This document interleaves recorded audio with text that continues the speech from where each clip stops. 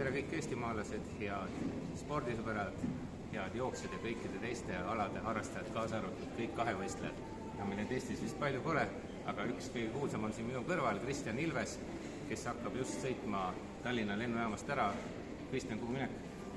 Hetkel Lillehammeri, et siin saame poistega jälle kokku, teeme väikse hüppelaag ja siis edasi Ramdeni. Just teada on, et taliolümpia tulemas, värske jooksja ajakirja väljas, oleme taliolümpia lainel, Eva-Lotta Kiibus on kaanel, üks meie lootustest ja teine lootus seisab siin minu kõrval.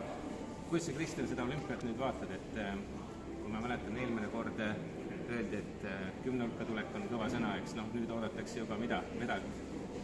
Jah, seda on raske öelda, mida teised ootavad, aga eks see ootused ole, ma arvan, natuke kõrgemad ka eelmine aasta, et 10 hulgas peaks olema miinimum eesmärk, ma arvan, et sealt edasi siis oleks juba parem, et loomulikult, kui ma selle teega norrakatega ette võtsin, siis see Pekingi olümpiamedal oli nagu unistuse eesmärk, aga seda on nagu alati raske öelda, et kuhu poole ta liigub, et loodetavasti lähevad asjad nii, nagu mina soovin.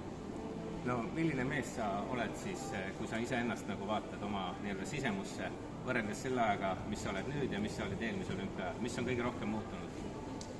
Ma arvan palju, et sportlasena ma olen tervikuna saanud natuke targemaks, tugevamaks, paremaks, et kindlasti vanust juurde tulnud, kogemust ja ma arvan kõik see töö, mis ma siin nüüd 3 aastat olen norrakatega teinud, et see on kindlasti vilja kandnud ja ma näen, et on endalt ka rohkem, mida oodata.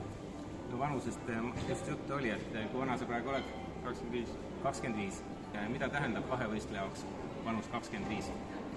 Ma arvan, et suht kuldne keskiga nagu sportlase jaoks, et tegelikult on näha, et on seal sportlasi, kes võtavad medalid 19-20 aastaselt ja on ka, kes võtavad medalid 35 aastaselt, et nagu näha, see vahe on tõesti nii suur, et jah, ma arvan, et ma olen seal täpselt keskel ja selles mõttes 25-aastane sportlane peaks olema ka oma füüsiliselt nagu kõige paremas eas, et ütleme, et taastub veel väga hästi ja on ka nagu võimekas, aga jah.